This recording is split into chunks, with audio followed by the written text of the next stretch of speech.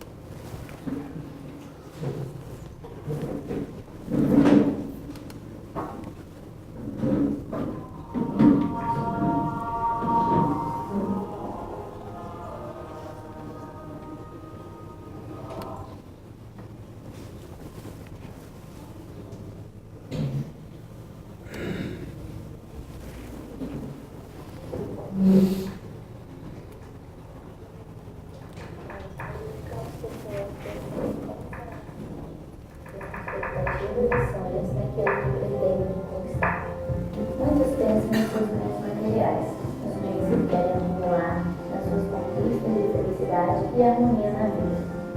Pensar em nossas metas e objetivos requer estratégia e deve ser feito de modo certo, pois precisamos fazer isso sempre de forma neurologicamente correta.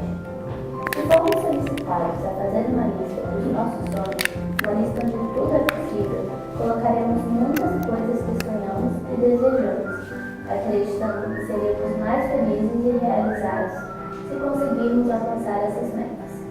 Mas você sabia que existe também uma necessidade de fazermos uma outra lista tão poderosa quanto a dos nossos sonhos? Essa lista não é sobre o que queremos conquistar, mas sim uma lista sobre o que já na verdade conquistamos e realizamos. Estamos falando de uma lista de gratidão. E acredite, isso neste contexto não tem relação com religiosidade ou fé, e sim com um mecanismo cerebral de muita importância para que a sua lista dos seus sonhos seja mais facilmente concretizada. A neurociência explica a ação da gratidão no nosso corpo. Quando geramos sentimentos de gratidão em nossos pensamentos, passamos a ativar o sistema de recompensa do cérebro, localizado em uma área chamada núcleo accumbens. Este sistema é responsável pela sensação de bem-estar e prazer no nosso corpo. O sistema de recompensa do cérebro é a base neurológica da satisfação e da autoestima, e a gratidão exercitada estimula a ação dessa área.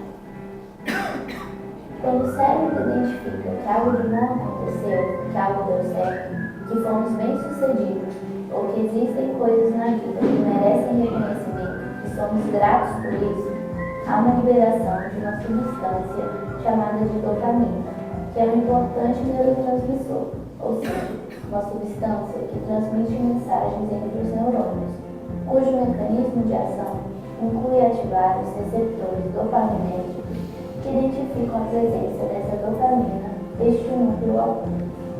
A dopamina ativa então essa região e aumenta sua sensação de prazer. Por isso, pessoas que manifestam gratidão exibem níveis elevados e sempre mais altos de emoções positivas, satisfação com a vida, vitalidade e otimismo. Mas, para a gratidão existir, ela precisa ser primeiro construída pelo nosso pensamento, ou seja, você precisa pensar em coisas que você já conquistou, coisas que você já recebeu, sejam coisas mais simples ou grandes conquistas, coisas materiais ou relacionamentos importantes. Gerar sentimento de gratidão é escolha. Isso mesmo, você escolhe pensar e construir este reconhecimento interno, independente das circunstâncias que hoje você está vivendo, como saúde, beleza física ou bens materiais.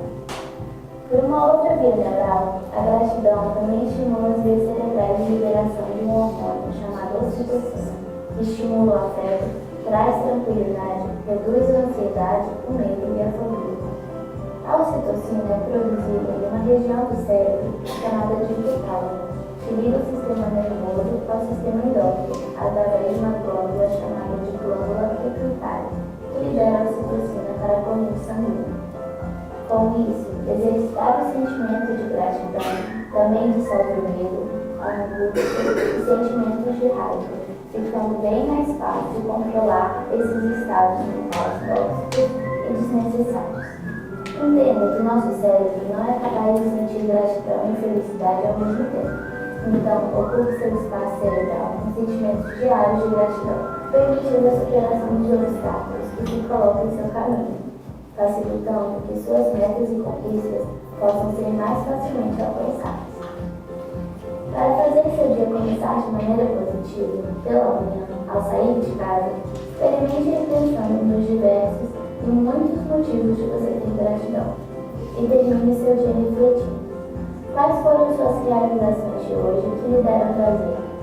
Quais pessoas que cruzaram seu caminho hoje lhe ensinaram algo? Pense em gratidão, exercite a gratidão, faça essa experiência neural tão poderosa e se surpreenda. Mude sua vida e transforme-a em uma vida abundante e feliz. Neurociência Coach, a neurociência e a inteligência emocional do coach.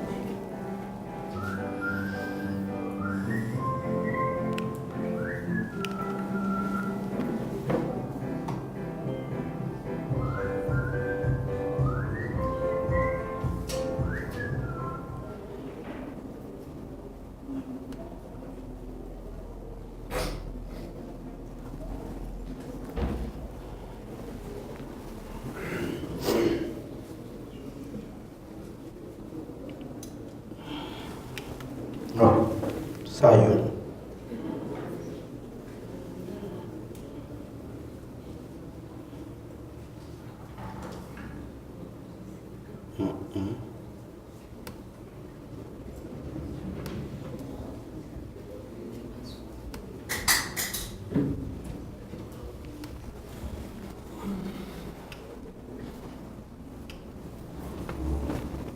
Não estou lidando bem com esse trem.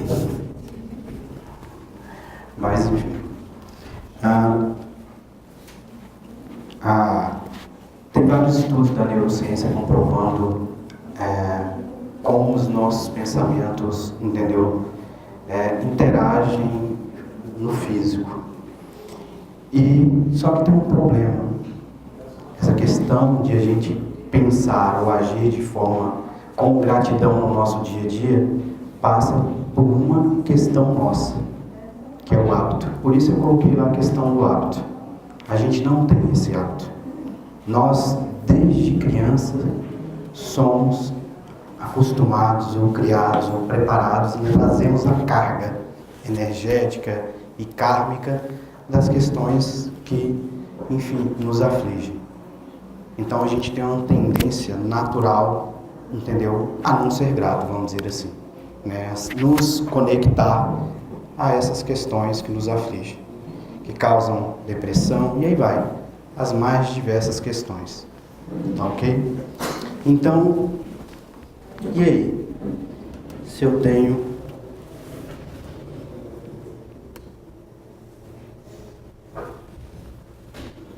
agora como passar o trem, né?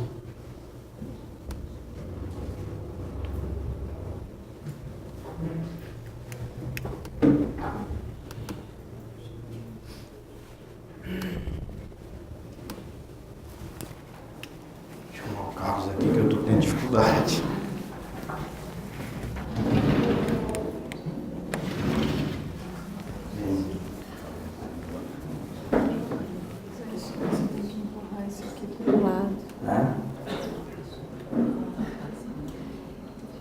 Ele mostrou diferente pra mim.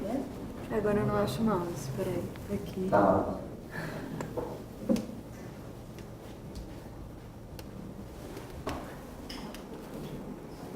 Tá.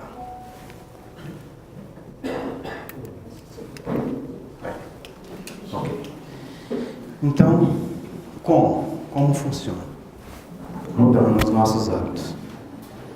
Isso é extremamente necessário para a gente reconhecer e compreender isso. Porque enquanto eu não mudar meu hábito, no primeiro problema que eu enfrentar, entendeu? Eu vou me conectar à dor, por conta das crenças. As crenças limitantes que nós carregamos. Por conta dessas crenças eu sou incapaz, quando alguém, sei lá, simplesmente ter uma ação dura comigo, ou dentro de casa, ou filho, eu sou incapaz de observar a situação, eu sou incapaz de, entendeu, de agir de uma forma diferente. Devido àquilo que a Valéria estava falando bem no início aqui, a dificuldade que nós temos de estarmos presentes. Então eu não consigo ser caridoso, eu não consigo ter gratidão. Um estudo da Universidade de Duke nos Estados Unidos, acho que é da Carolina do Norte, um estudo deles, eles descobriram que 40% das nossas ações, entendeu? São simplesmente hábitos. Não são decisões que nós tomamos conscientemente. A gente só repete. E os neurocientistas descobriram que para cada hábito nosso existe um caminho de neurotransmissores dentro da mente física, ou seja, no cérebro físico. Entendeu? E quando nós conseguimos perceber esse hábito, seja bom ou ruim, e nós mudamos, o cérebro automaticamente cria uma nova ramificação. Olha, aqui é a questão física, porque daqui a pouco eu vou chegar na questão de ordem espiritual para que vocês possam compreender melhor. Então eu tenho no físico, entendeu? Um caminho de neurotransmissores criados a partir dos meus diversos hábitos. Para cada um caminho que o cérebro corre. Tá ok? Que hábitos são esses que a gente precisa mudar? Imaginar brigas e discussões que nunca aconteceram, mas você as inventa. E isso a gente faz mentalmente. É fantástico isso. A gente entra como se fosse uma novela, né? E a gente vai seguindo aquilo, observando, fazendo. Faz isso assim, não de forma maldosa, faz de forma natural mesmo. Imaginar situações ruins acontecendo com você ou com as pessoas que amam. Isso é muito comum. A gente vive hoje uma situação do nosso país que é a questão da criminalidade, e isso aqui ainda ajuda a gente a criar mais medo. O processo, o sistema em si já tem uma própria energia, e a gente ainda intensifica aquilo dentro de nós com esses pensamentos. Tenho medo de ser assaltado, de levar um tiro, de fazer isso, aquilo, outro. Entendeu? Eu conheço uma pessoa, eu juro para vocês, que estava a pedir a demissão de serviço público por conta de uma situação de medo. Simplesmente isso. Porque é incapaz de enfrentar. Cria na cabeça, na imaginação dela, um conjunto de situações que, é imaginação. O próprio nome já fala, é imaginação. Mas o que tem por trás? O medo. Remoer o passado. Eu coloquei aqui ruminação, né? Que nem vaca, sabe? Que fica vai e vem. A gente faz isso com muita frequência. Pensa, como que eu vou, em determinada situação, dentro do nosso contexto familiar, conseguir ser grato por uma ação do outro, se eu não consigo, perdoar? Isso ainda está dentro de mim, eu fico remoendo coisas de muito tempo, às vezes de infância. E isso é muito comum, né? E é o automatismo, é o caminho que está percorrendo. Desde o momento que tem o gatilho, às vezes esse gatilho dentro de casa é uma palavra, o outro falou uma coisa, o gatilho foi iniciado, entra no processo e eu vou junto dentro desse processo. E aí, resultado, eu não consigo parar, não consigo me observar e simplesmente vou no automático. Entro na dor, ou respondo, ou parto por quebra-pau, como diz o outro. E por conta disso, por conta do automatismo, por conta de ficar remoendo e não conseguir observar por conta de buscar fora, entendeu? A questão da minha dor. Nesses 14 anos que eu voltei para a caminhada espiritual, vamos dizer assim, desde o primeiro momento que eu voltei por conta de um processo depressivo, eu juro para vocês, nenhum momento o problema estava fora. Parece que foi desde o primeiro dia, quando eu cheguei lá, muito ruim, com depressão, com um buraco interno, que dei passagem para as minhas questões, porque eu nasci dentro de uma família espírita, e desde cedo a questão da mediunidade ostensiva foi uma coisa presente. Então, desde o primeiro momento que eu incorporei, quando eu voltei, eu sabia que eu estava incorporando a questão minha. Não era do outro, era meu. Eram questões minhas que eu estava dando vazão. O choro, a dor, a raiva. E aí vai. Então, são questões que a gente carrega de fato, que vem de dentro e que vão aflorando de acordo com a necessidade, de acordo com a nossa condição de ressignificar. Então isso vem aflorando. E se a gente não tem esse olhar para dentro, em vez de olhar para fora, a gente não consegue, sabe, ter gratidão mesmo. Olhar e agradecer a Deus, sabe, pelo momento, pelo aprendizado, pela oportunidade de estar resgatando algo. Como a Valéria disse, como eu quero ir para a próxima, né, com a página em branco, com ela carregada, enfim. E é das questões internas, não são das externas. A externa é do outro. Agora é minha. Será que eu estou resolvido? Entendeu? Ou continuo remoendo? Tá? Pensar no medo de algo dar errado com seus planos, julgar as pessoas mentalmente, criar ideias negativas distorcidas sobre si. Nunca poderei ter isso. Estão me olhando porque sou isso, sou aquilo outro. Né? Preocupado com a imagem e, em vez de estar preocupado com aquilo que vai dentro. O que importa? O que está fora dos outros? O que importa é o que está aqui. Quem eu sou, de fato? Sabe? O que eu carrego? Qual é a minha carga? Será que eu me amo? Né? Melindre.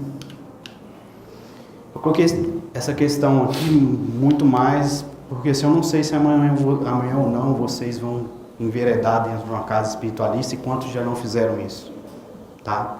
Isso aqui é horrível. Para qualquer pessoa que quer seguir numa caminhada espiritual, seja ela onde for, seja aqui, seja na igreja católica, evangélica, não importa. Melindre. Esse é como se fosse, sabe, o calcanhar de Aquiles, onde os caras sabem que tem como me derrubar. Um exemplo de melindre. Uma amiga, quando eu conheci ela, foi que já tinha passado por várias casas.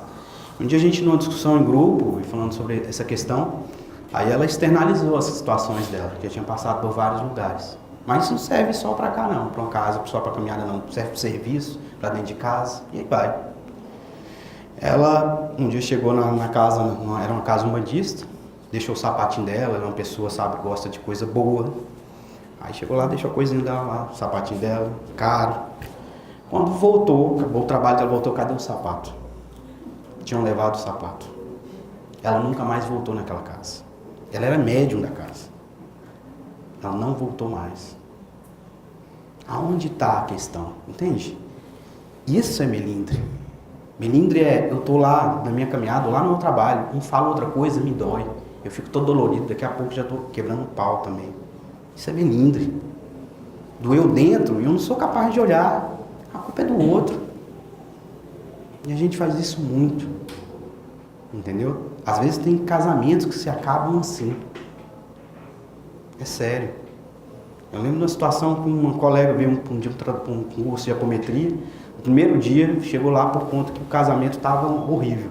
A gente abriu a frequência do grupo, quando ela estava indo embora, a gente falou, ó, segura a onda porque vai ficar um pouquinho pior. Foi batata, quando ela chegou em casa, o marido dela bateu nela. Entendeu? Mas por quê? Por conta da energia interna dela mesmo, por conta das questões. Entendeu? Ela segurou a onda. Graças a Deus está lá até hoje. Aí dentro do contexto desse, há as questões minhas, há um processo auto-obsessivo que eu vou contar para vocês daqui mais à frente, eu vou explicar isso para vocês, e vocês vão entender por que essas situações acontecem, ok? Enfim, tudo que nos tira a paz, entendeu? A gente precisa mudar esse hábito, todo e qualquer hábito que nos tira essa paz, que nos tira o centro. Eu preciso olhar para isso. Mudar um hábito não tem outra forma se não for olhando, se não for estando presente, entendeu? Buscando dentro a causa daquilo que está, enfim, aflorado. O loop do hábito começa com uma deixa. Isso aqui é do livro O Poder do Hábito, tá? Eu depois vou colocar a capa aqui para vocês. É muito interessante isso. Leiam, é um aprendizado interessante. Deixa. Estímulo que manda o cérebro entrar em modo automático. Indica qual hábito deve ser usado. Leva a uma rotina, que é a forma como executamos a deixa. A recompensa, que ajuda o cérebro a saber se vale a pena memorizar este loop para o futuro. Ou seja, quando eu estou querendo criar um novo hábito, o cérebro faz isso. Um exemplo. A deixa. Trabalho, logo mereço. Com certeza, né? Trabalhamos, merecemos. Rotina. Gastar dinheiro, né? Adoramos fazer isso. Recompensa, presentes e mimos. Isso não quer dizer que não mereçamos. Porém, o problema aparece quando chega a fatura do cartão de crédito e a dor na consciência de ter feito a compra sem pensar. O mesmo sentimento de prometer evitar comer alguma guloseima, mas sucumbir na primeira oportunidade. Porque a gente não mudou o hábito. A gente não criou um hábito novo. Eu quero, fazer uma reeducação alimentar, mas eu não sentei, não analisei, não planejei isso. Eu não me analisei internamente. Eu não me questionei por que, que eu estou, naquela compulsão alimentar, por exemplo. E aí vai nas diversas situações da vida. Eu não quero mais me sentir culpado quando o outro falar a situação, falar A, B ou C.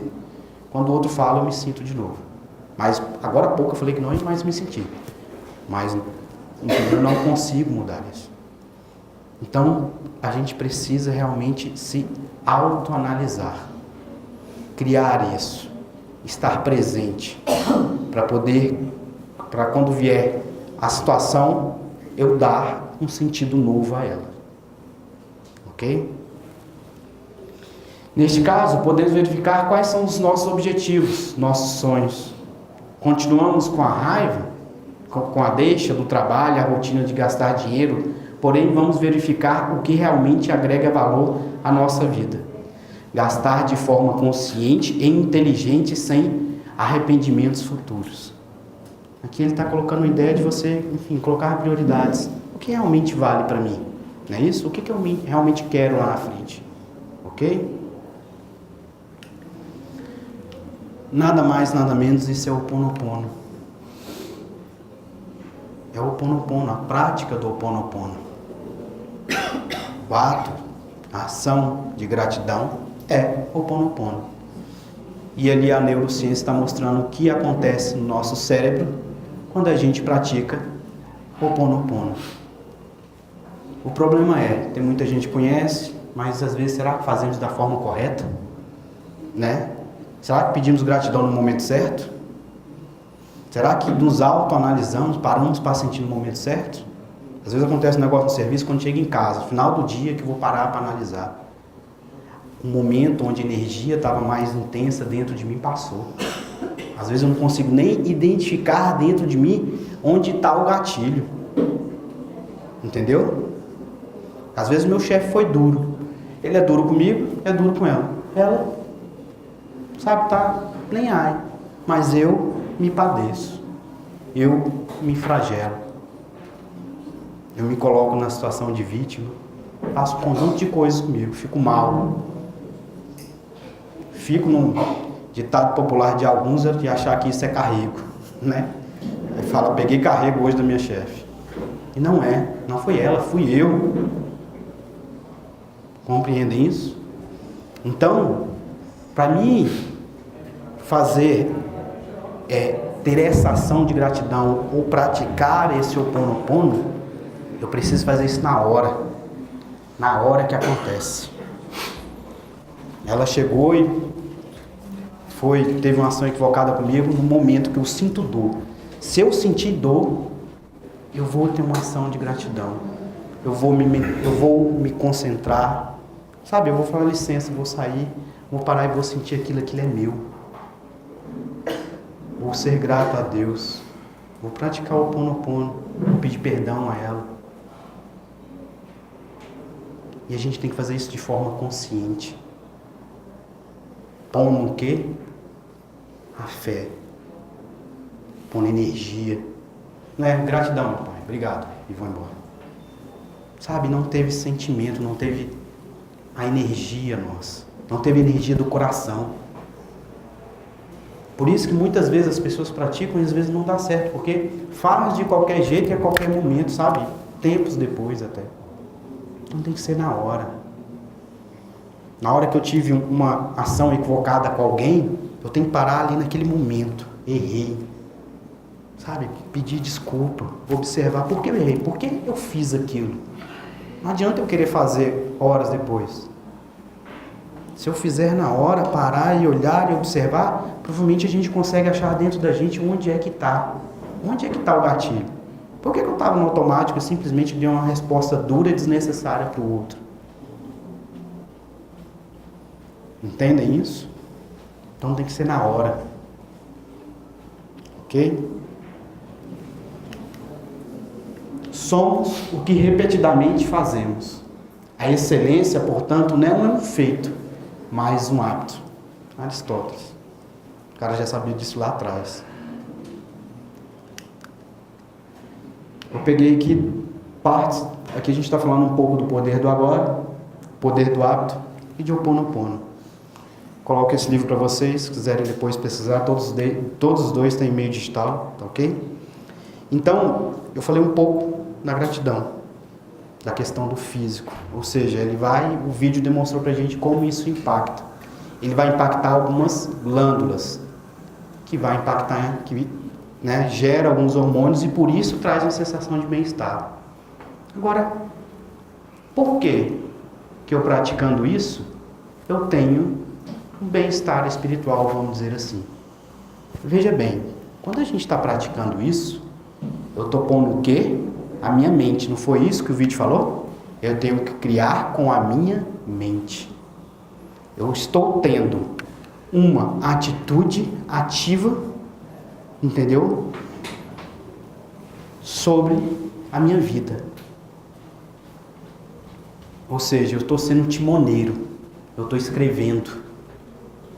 Estou escolhendo conscientemente. E o que acontece? Isso significa sintonia.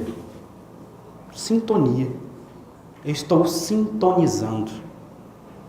Tudo é sintonia no final das contas.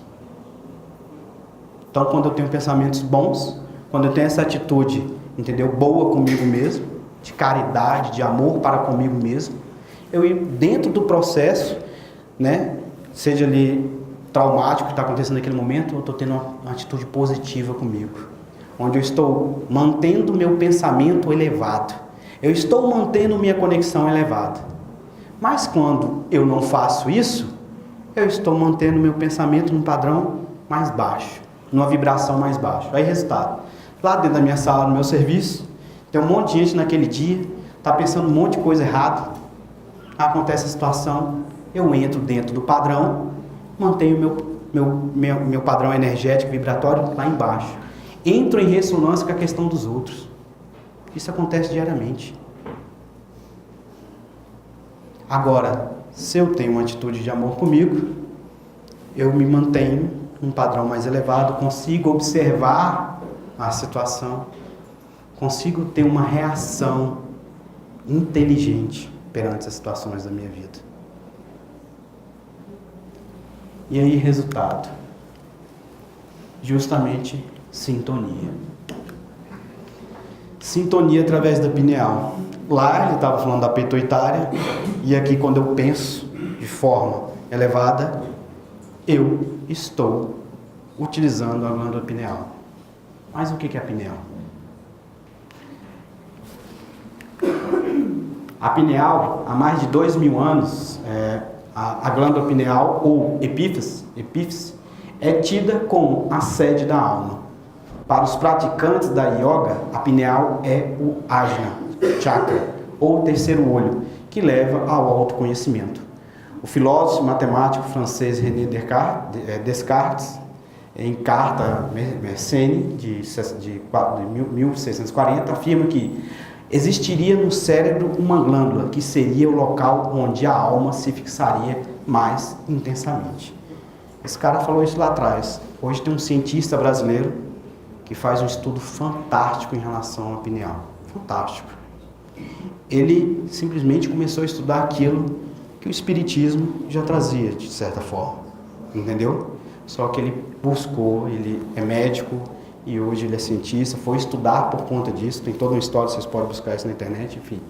Que é o Dr. Sérgio Felipe de Oliveira, diretor e clínico do Instituto Pineal Mindy, psiquiatra e mestre em ciências pela Universidade de São Paulo. Esse cara faz um estudo fantástico sobre isso, muito sério mesmo, e hoje é reconhecido. A pineal está localizada no meio do cérebro, na altura dos olhos. Ela é um órgão cronobiológico, um relógio interno. Como ela faz isso? Captando as radiações do Sol e da Lua. A pineal obedece aos chamados Zeitbergs, ou os elementos externos que reagem a noções de tempo. Por exemplo, o Sol é um Zeitberg que influencia a pineal, regendo o ciclo do sono e de vigília. Quando esta glândula secreta o hormônio melatonina, isso dá ao organismo a referência de horário. Existem também os Zeitbergs internos, que são nossos genes, para vocês terem ideia. Trazendo um perfil do genes, trazendo o perfil de ritmo regular de cada pessoa. Agora, o tempo é uma região no espaço, um além. A dimensão, espaço-tempo, é a quarta dimensão. Então, a glândula que te dá a noção de tempo está em contato com a quarta dimensão. E a gente está na terceira. Faz sentido perguntarmos, será que a partir da quarta dimensão já existe vida espiritual? E aí, o que vocês acham? Existe. Plano espiritual. Nós vivemos em 3 dimensões e nos relacionamos com a quarta através do tempo. A pineal é a única estrutura do corpo que transpõe essa dimensão, que é capaz de captar informações que estão além dessa dimensão, dessa nossa dimensão. A afirmação de Descartes, do ponto em que a alma se liga ao corpo, tem uma lógica até na questão física, que é esta glândula que liga com a outra dimensão, e isso é um fato real, enfim. Ou seja, o estudo dele demonstra que, de forma científica, que realmente a gente tem uma ligação através da pineal com o plano espiritual. O que determina a minha conexão ao plano espiritual é meu pensamento. Conseguem compreender agora onde as coisas estão se ligando? Ou seja, eu penso, meu pensamento cria minha vibração e a frequência que eu vou me ligar ao plano aqui. Ok? Seja do ponto de vista com espíritos encarnados ou desencarnados. Cada pessoa vibra num diapasão, numa frequência. Então, se eu tenho pensamentos bons, padrão elevado. Se eu tenho maus pensamentos, meu padrão energético é baixo, ou seja, minhas conexões são baixas. Aí, veja bem, voltando, se eu, consigo ressignificar e estar num sentido constante, em gratidão, eu consigo manter um padrão mais elevado. Ok? Vocês vão entender por que da pineal. Aí fizeram uma pergunta a ele. Essa glândula seria resquício de algum órgão que está se atrofiando ou estaria ligada a uma capacidade psíquica a ser desenvolvida? Ele coloca, eu acredito que a pineal evoluiu de um órgão fotorreceptor para um órgão neuroendócrino. A pineal não explica integralmente o fenômeno mediúnico, como simplesmente os olhos não explicam a visão. Você pode ter os olhos perfeitos, mas não ter a área cerebral que interprete aquela imagem. É como um computador. Você pode ter todos os programas em ordem, mas se a tela não funciona, você não vê nada. Ou seja, eu posso ter a glândula pineal muito boa, mas se todos os aparelhos usados para que isso seja traduzido, entendeu, para a nossa linguagem, não funcionar bem, enfim, eu não vou conseguir transferir essa informação. E por sua vez também não vão conseguir ter acesso a mim. Por que eu estou trazendo a pineal? Todo processo obsessivo ou auto-obsessivo vai utilizar a pineal. Compreende? E eu só sou acessado pelos processos obsessivos e auto-obsessivos por conta das minhas questões internas. Somente por isso. Por conta do meu pensamento, por conta do meu modo operante, ou seja, dos meus hábitos. Por conta das questões kármicas, enfim. E isso só é possível por conta da pineal. Quantas pessoas que estão passando um processo depressivo, quando procuram um psiquiatra, um psicólogo, vão tomar remédio, aonde que esse remédio age? Na pineal. Essa é a grande questão. Então, eu tenho um glândula que é necessário para a nossa evolução. Não tenham dúvida disso. Entendeu? Só que ela é simplesmente como se fosse um portal. Quem define o que vai vir ou o que vai por esse portal somos nós, com as nossas ações, com os nossos pensamentos. Muito mais com os nossos pensamentos que a ação. Porque o processo da ação é: eu penso, falo e ajo. Então, meu pensamento é algo muito poderoso. Então, quais são os pensamentos que eu estou alimentando? Quais são os pensamentos que eu estou criando? Quem foi que criou a realidade que está à minha volta? Somos nós. Por mais que a gente não aceite, somos nós. Eu atraio tudo aquilo que eu vibro dentro de mim. A pineal, que diz a respeito da mediunidade, capta o campo eletromagnético, impregnado de informações como se fosse um telefone celular. Mas tudo isso tem de ser interpretado em áreas cerebrais, como, por exemplo, o córtex frontal. Um papagaio tem a pineal, mas não vai receber um espírito porque ele não tem uma área no cérebro que lhe permite fazer um julgamento. Ainda bem, senão a gente estava enrolado, né? Papagaio incorporando. A mediunidade está ligada a uma questão de senso-percepção. Então, a ela não basta a existência de glândula pineal, mas sim todo um cone que vai até o córtex frontal, que é onde você faz a crítica daquilo que absorve. A mediunidade é uma função senso-captar, percepção. Faz a crítica do que está acontecendo. Então, a mediunidade é uma função humana, não tem a ver com religião. É inerente ao ser humano, como já se falava lá atrás. E isso hoje já está comprovado. Todos nós temos maior ou menor grau, seja espírita ou não, seja na religião que for.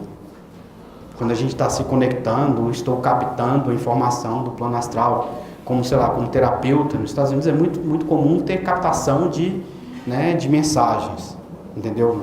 Nos consultórios mesmo terapêuticos, né? As escolas lá é muito comum isso, as escolas terapêuticas e tudo mais. Ter captação de novas ideias, isso, aquilo, outro. Eu estou usando da mediunidade. Não é diferente. Só que tem uma coisa que ninguém, assim, talvez depois do entendimento, né, do que é as personalidades, os meus eus, aí se veio uma nova informação. O mesmo caminho que é utilizado, que eu utilizo para incorporar, entendeu? Incorporar ou trazer uma informação do plano espiritual, é o mesmo caminho que as minhas personas me afligem. O que são minhas personas? São as minhas vidas passadas. E sou eu que me acordo a elas. Sou eu que me conecto a elas. Não é elas que se conectam a mim. E elas se conectam, eu me conecto a elas por conta dos meus traumas, por conta dos meus traumas que causam o meu pensamento.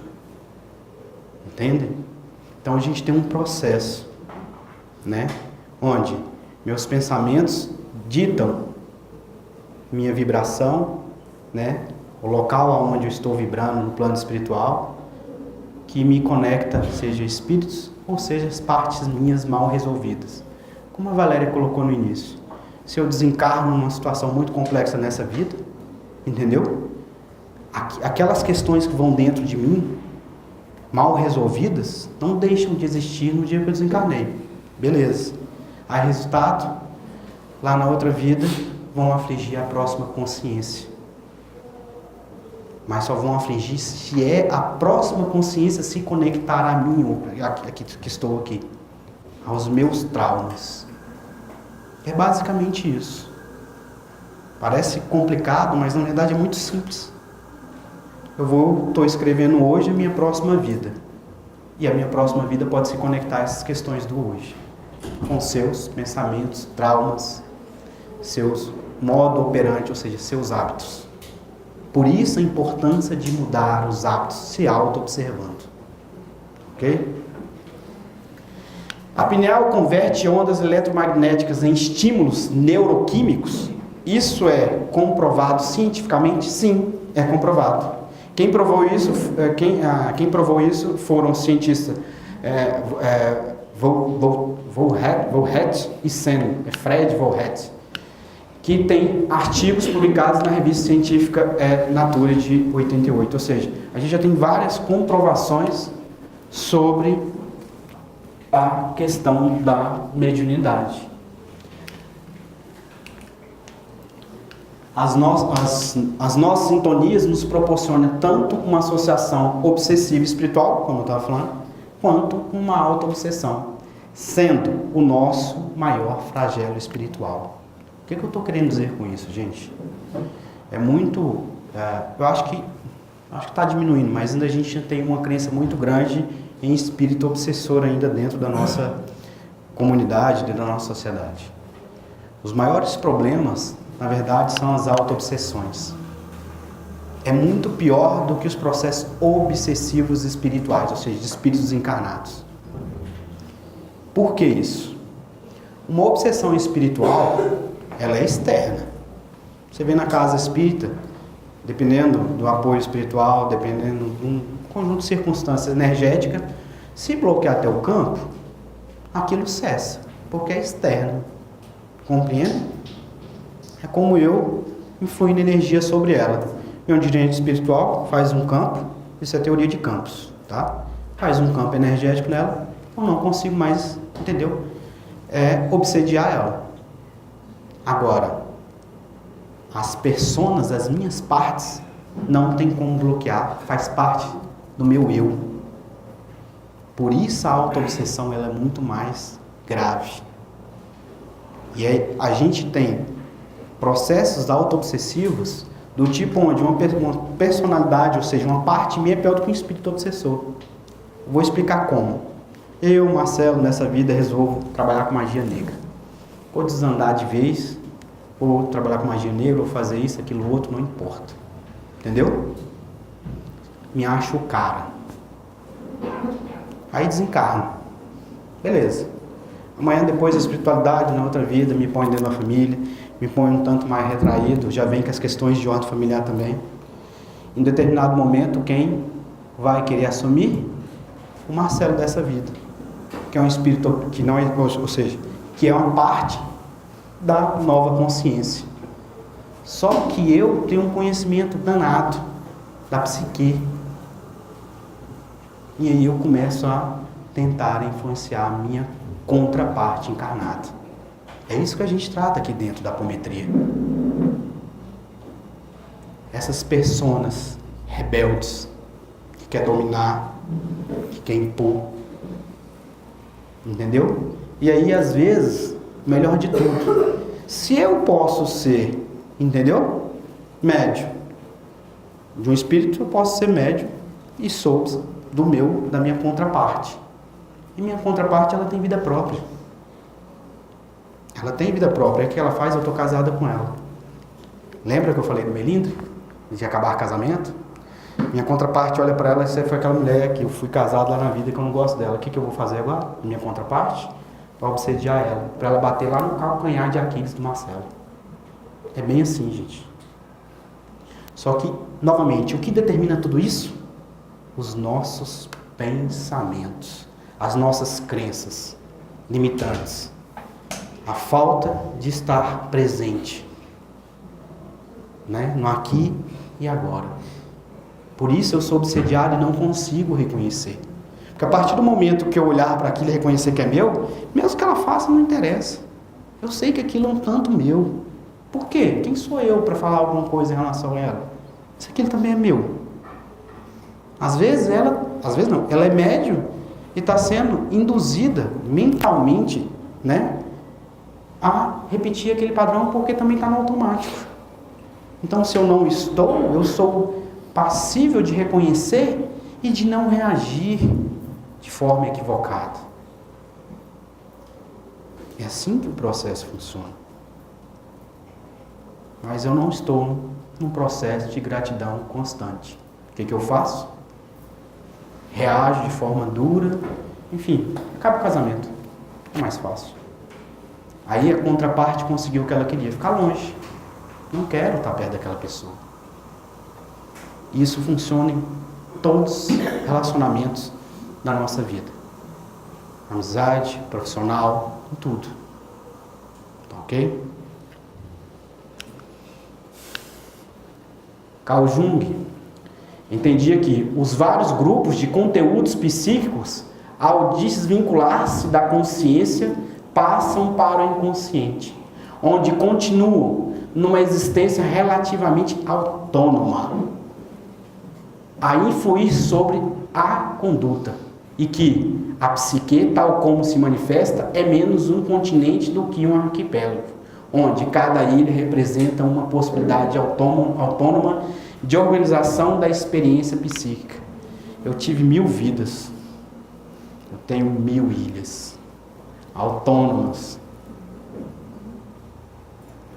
Conforme a gente vai trabalhando, isso vai reintegrando, vai fazendo parte, vai ajudando. É claro, a gente não tem só coisa ruim, a gente tem muita coisa boa, graças ao Pai, graças à nossa força de vontade em outras vidas. E essas partes boas nos ajudam. As partes autônomas que estão dentro do seu processo de dor, de lamentação, enfim, nas mais diversas situações, elas estão lá vivendo a vidinha dela de forma autônoma. Aí eu, no hoje, novamente, com o meu pensamento, com as minhas ações, entro em ressonância com aquela vidinha. Aí aquilo que eu quero resolver não consigo, porque junta o meu padrão do hoje com o meu padrão de ontem. Por isso, às vezes, é tão complicado mudar uma situação. E eu estou no automático, aí que não vou conseguir mesmo.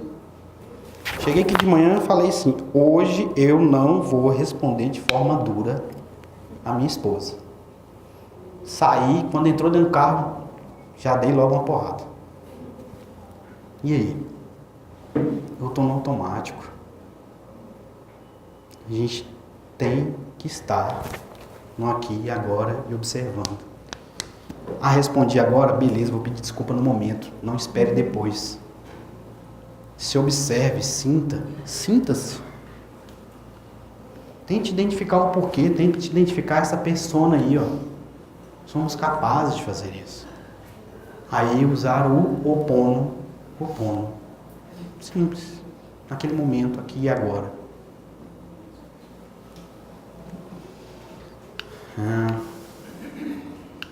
Afirmava Jung que tudo isso se explica pelo fato de a chamada unidade da consciência ser mera ilusão.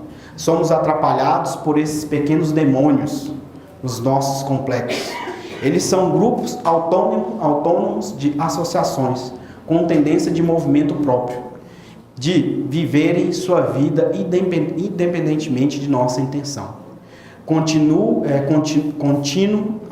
afirmando que o nosso inconsciente pessoal e o inconsciente coletivo constituem um indefinido, porque desconhecido, número de complexos ou de personalidades fragmentadas, vamos dizer assim. Então, a gente fica lá culpando o outro, né? Que é culpado disso, daquilo outro, e a gente não consegue ver isso dentro da gente. Por isso a gente afirma aqui que tudo está dentro, nada está fora. Justamente isso aqui. O que está fora nem sempre mostra o que está por dentro. É assim, ó. Só estou mostrando isso. Mas o que vai aqui dentro é muito maior. Deveria ser assim, né? Mas a gente vive assim. Com as nossas carcaças, como disse a Valéria, com as nossas máscaras. Isso não é de propósito, não. A gente, cada um de nós, sabe, está como se fosse numa caminhada, no seu aprendizado, né? Tentando aprender, tentando acertar. Mas quando a gente passa a ter a informação, fica mais fácil. Opa, eu tenho um conjunto de outros eus, esses demônios meus, entendeu? Eles são reais, têm vontade própria, mas opa, eu posso combater isso com amor, com, sabe, autoafirmação, tendo poder pessoal, vontade, oração. Não tem aquele ditado assim, orai e vigiai. Então vigie mais do que ore. É necessário orar. Não é que a gente só ora de manhã quando sai de casa, às vezes no almoço, né, à noite antes de dormir. Mas a vigília realmente é algo mais necessário. E não quer dizer que a gente vai se tornar, né, santos ou vai se iluminar do dia para a noite, não. É uma caminhada mesmo. Eu não sou diferente nenhum de vocês, não tenho dúvida. Tá? Eu tenho meus percalços e sabe aquela coisa, quando você levanta a cabeça e vê um pouco, fala, opa, respirei, pá, lá vem outra porrada. Aí vem um novo aprendizado, é uma nova oportunidade. Mas onde está a diferença? Quando eu passo a olhar para isso como um aprendizado, não como dor, não como sofrimento, entendeu? Mas como aprendizado, sendo grato por aquela pessoa que passou na minha vida hoje. E talvez eu vou levar um tempo para aprender determinadas coisas, porque justamente cada um tem um tempo. Ainda não consegui mudar esse hábito, mas já estou consciente. Então esse é o processo da gente. De todos nós, sem exceção. Tá aí as nossas máscaras, os nossos demônios, que eu alimento por não estar num sentimento de gratidão constantemente. Mude a sintonia. Procure o lado bom das coisas. Silencie a mente. Diminua o ritmo do pensamento. E pensemos mais devagar. Olhemos para as coisas boas. Acreditemos no bem. Tenhamos fé na vida e não nos preocupemos tanto. E use sua imaginação para te fazer feliz. É isso mesmo. Voltando aqui na questão das personas, dentro dos processos dos tratamentos de apometria que eu já vivenciei até hoje, eu juro para vocês, a questão mais complexa até hoje foi justamente uma personalidade múltipla. Não foi um espírito. Por que é tão complicada essa personalidade novamente?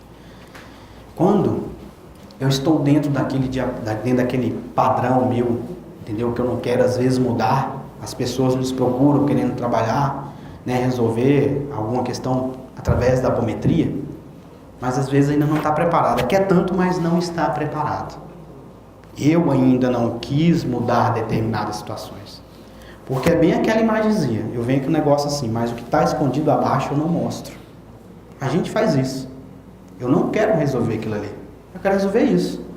Mas aquilo ali é reação daquela outra coisa. A causa é o outro. Então, dentro do processo apométrico, ou seja na TVP, nas terapias reencarnacionistas, geralmente não é aquilo que eu quero, mas aquilo que é necessário. E aí, resultado. Como eu não quis tratar a situação e estou com aquilo latente dentro de mim, quando chega no trabalho, aquela situação que eu não quero mudar, às vezes, vira como se fosse uma tomada de 220 volts. Tá lá, o terapeuta fazendo campo, às vezes, trabalhando com a energia do amor, e o cara tá lá renitente, não muda a ideia. A persona, a parte do Marcelo não quer mudar de ideia mesmo. Ele não aceita, você usa todas as técnicas, ele não quer sair do lugar. E ele tem uma capacidade, nesse caso específico, tinha uma capacidade de induzir psiquicamente o agregado familiar de uma forma muito, muito complexa. Entende? Mas por que ele conseguia? Porque achava, entendeu? No paciente, a força. A tomada de 220, onde ele ligava, sugava energia e fazia o que queria. Por isso que é muito mais complexo, às vezes, tratar, entendeu? Uma parte nossa do que um espírito obsessor. Então a gente realmente tem que começar a se observar de fato. Sabe? O que realmente eu quero mudar? Isso que eu estou sentindo é causa ou é efeito? O que tem de pano de fundo? Às vezes a pessoa vem falando as coisas assim pra gente, você olha e de cara você sente que aquilo é efeito. Que o pano de fundo a pessoa não quer externalizar. E aí, resultado? Às vezes vai levar mais tempo para poder resolver. Então, fica a dica. Quando a gente olhar para dentro, para os gatilhos, quais são as crenças limitantes, quais são as questões que realmente tem de pano de fundo? Entendem isso? O que é que eu estou escamoteando que eu não estou conseguindo resolver? E às vezes realmente fazer esse dever de casa, que tem a ver com o processo da gratidão, não é fácil. Sabe, sentar, ficar sozinho, colocar no papel, se autoanalisar, mas é necessário. Porque enquanto eu não olhar para aquilo que realmente é necessário, eu não vou conseguir mudar as coisas. Hoje ela vem, eu não resolvidinha mais ou menos, bato bola, daqui a 6 meses vem de novo, e vai ficar sempre como se fosse na roda de Sansara, num ciclo, de vai e vem. E, enfim, algumas dessas teorias eu tirei, quem quiser buscar esses livros, Conflitos Conscienciais e Viagem em Torno do Eu. Ele vai trabalhar, vai falar um pouco mais dessas personas.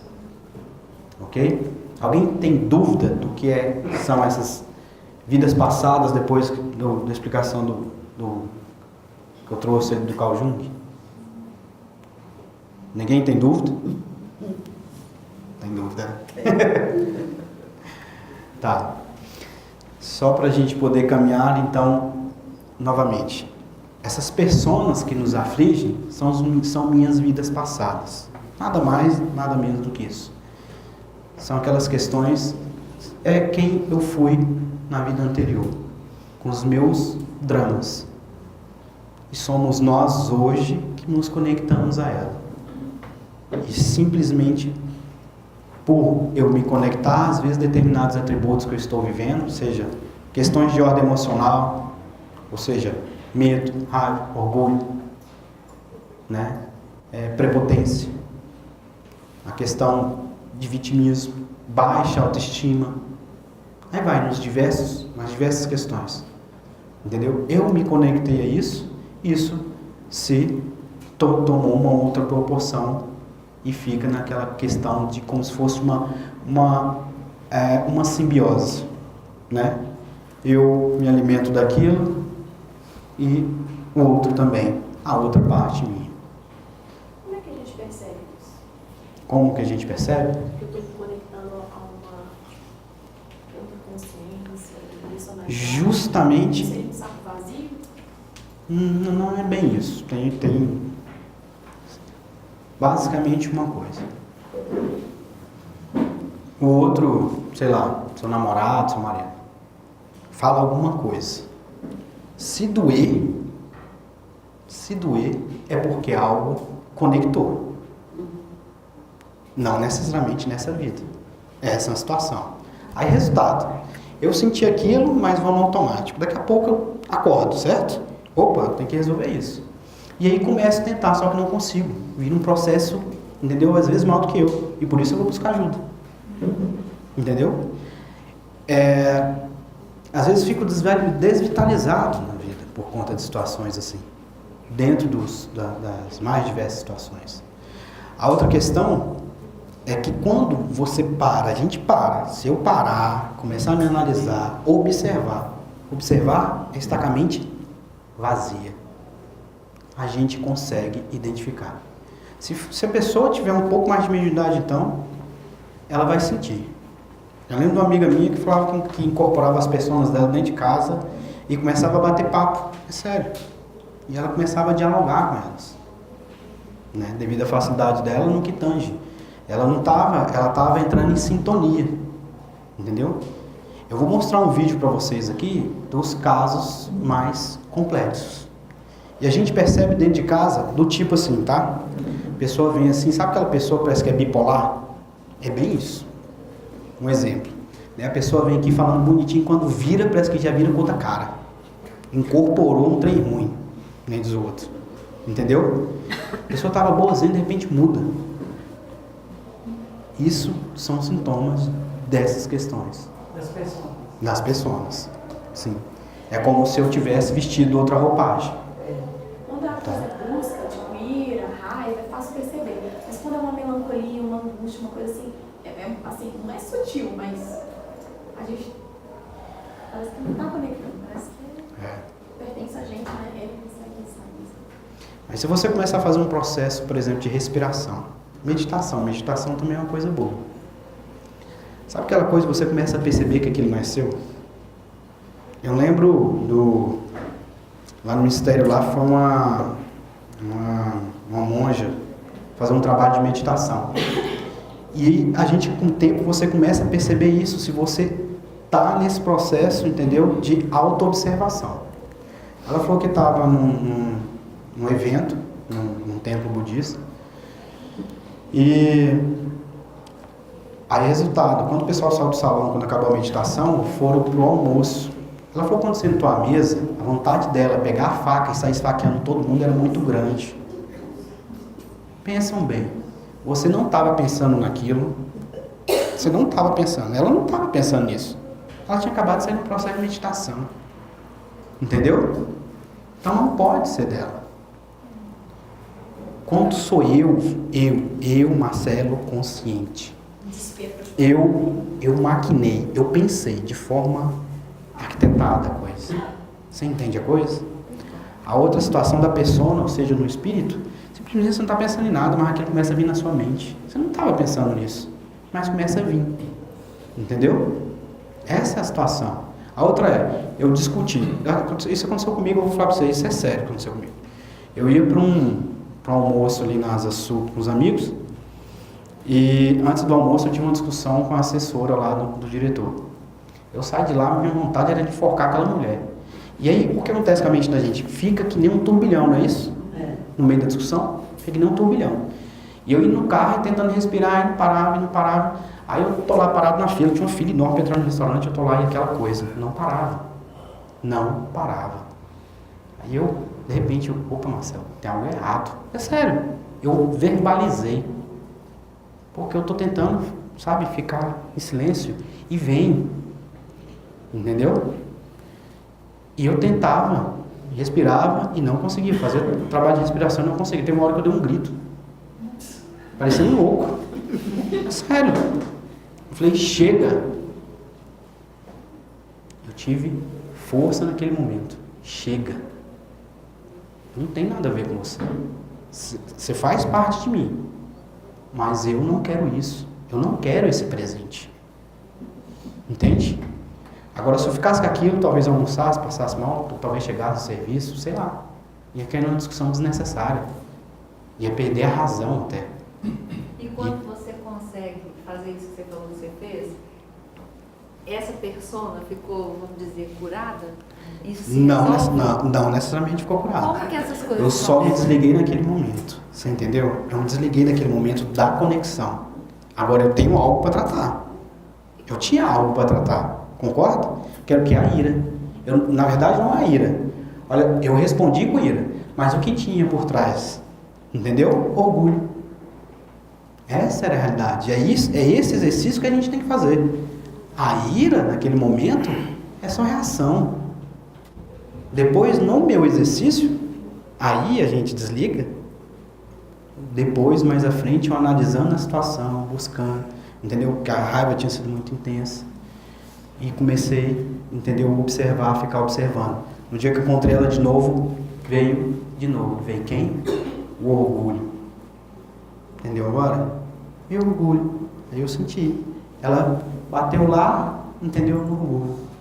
Ela não tem o direito de fazer isso comigo. E daí? Isso vai mudar alguma coisa? Entendeu? Então, é esse exercício constante que a gente precisa fazer. Não olhar o efeito, mas o que tem por trás. Questionar. Sabe, se auto-questionar. O que tem por trás? O que está querendo me dizer? Esses aspectos, se são subpersonalidades ou personalidades, são meus. Esses aspectos são meus. Sim. Então eu não tenho como abrir mão, deixar de tê-los. Não. Eu vou integrá-los. Vai integrar. Conscientizar. Isso. E quando eles aparecerem, eu vou saber, ó, o fulano de tal, Sim. o meu outro eu, aquele meu eu raivoso, ou melancólico, ou gastador, ele está aqui, né? Sim. Segura, porque senão ele vai comprar o shopping e não vai ter como pagar. Muito, Mas assim, a gente não se livra disso. Não se livra. A gente ressignifica, entendeu? Os conteúdos emocionais. Mas tudo isso É isso que acontece. nós, né? Somos nós. Sim, com certeza. Não, mas eu não acho que a ira, a raiva seja absolutamente ruim. Não é. Ela é necessária às vezes. Sim, às vezes é necessário. Né? Mas o problema é que quando a gente entra dentro do processo, muitas vezes a gente se perde. Muitas vezes. Por exemplo, um caso bem específico da ira, por exemplo. Entendeu? Que tem a ver com orgulho. Isso é o que tem de fato. Aquela doutora que fazia até um trabalho lá em Salvador, que fazia um trabalho super legal, ela era dentista, né? Que matou os dois irmãos. No trânsito, entendeu? Aconteceu alguma coisa lá e os dois irmãos, um rapaz e uma moça, estavam na moto. Acho que aconteceu alguma coisa, o rapaz gritou com ela, entendeu? Porque ela meio que fechou ele. Parado no sinal. Ele gritou com ela, falou alguma coisa para ela. Quando o sinal abriu, ele foi embora. Naquele momento, ela se conectou a alguma coisa dela, acelerou com o carro e acertou os dois. Os dois morreram. Então, os dois não, acho que foi um só. Então, para ver a situação. Era ira? Não. De fato, não era ira. Mas ele foi lá e colocou o dedo lá no calcanhar de Aquiles dela. Que provavelmente ela não conhecia. Por isso, ela não conhecia. Por isso é aquela coisa. Conhecereis a verdade, e a verdade vos libertará. A verdade de quem? Nós. Quais são minhas verdades? Onde estão meus calcanhares? Entendem isso? Isso é necessário para essa coisa. Esse processo de autoobservação, esse processo de autoconhecimento que a gente precisa trilhar. Né? Que a gente vai, enfim, fazendo aos poucos.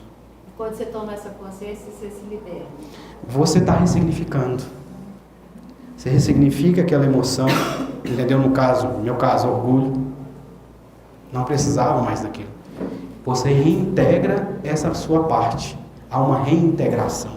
Quando a gente reconhece e trabalha isso na gente, ressignifica aquela questão. É que quando vem a coisa do orgulho de novo, você lida melhor com o orgulho. Lida melhor. Na verdade, simplesmente se o outro falar alguma coisa, eu sinto orgulho, mas eu não vou entrar na onda do orgulho. Preciso disso. Né? Eu lembro de uma palestra do Henriques, ele falava dessa questão de uma forma bem prática. Assim. Um exemplo, Pensa que a gente está na estação do metrô ali. E aí está passando vários vagões. Vários vagões. Cada vagão é um atributo nosso, uma personalidade, enfim. Certo? Um é a raiva, outro é a ira, outro é isso, outro é aquilo outro. Quando eu estou no eu observador, eu fico olhando. Eu não estou pensando. Eu estou observando, estou com a mente vazia. Certo?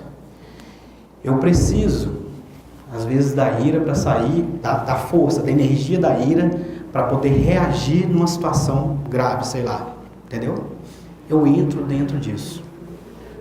Entendeu? Uso. Só que depois eu saio.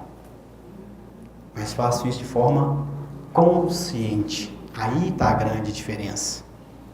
Só que a gente, devido ao processo de automatismo, a gente vai pulando de uma situação para outra, né? Vestindo uma máscara, entendeu? De um para outro. E aí vai indo. E a gente faz isso constantemente.